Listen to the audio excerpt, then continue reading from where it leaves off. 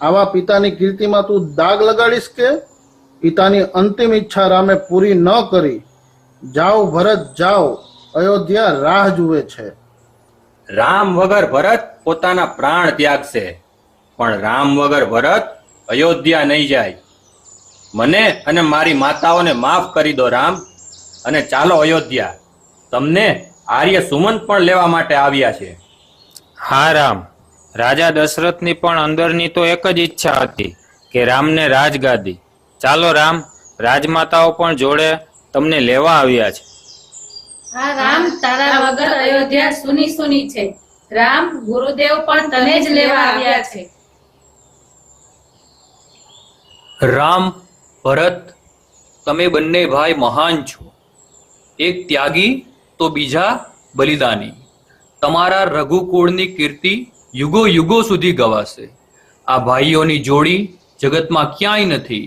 ખરેખર મહારાજ જનક જ આ વાતનો નિર્ણય કરશે.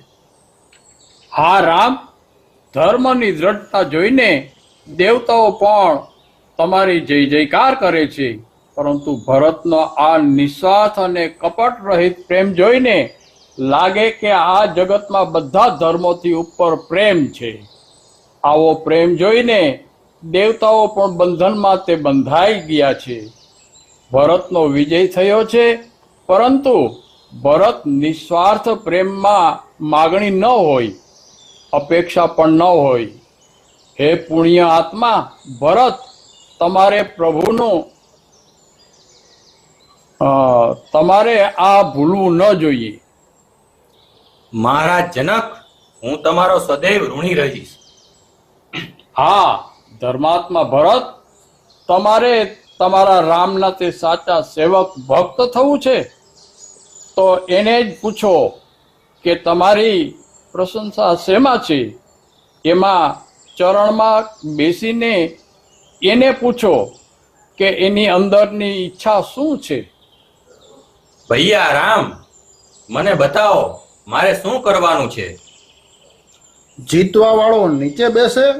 મારા ભાઈ, આજે રામ હાર્યો છે અને તું જીત્યો છે. અયોધ્યાના રાજ્યને હું સ્વીકાર કરું છું, ખુશ પણ છું, અને એ રાજભાર તને 14 વર્ષ માટે સોંપું છું. ભરત, પ્રેમ કર્યો છે તો પ્રેમને નિભાવજે. ભાઈ, અયોધ્યાનું ધ્યાન રાખજે. તમારી આજ્ઞા શિરોમાન્ય કરું છું. પણ ભાઈ રામ, એક પ્રાર્થના છે. તમારી આ ચરણ પાદુકા છે એ મને આપો.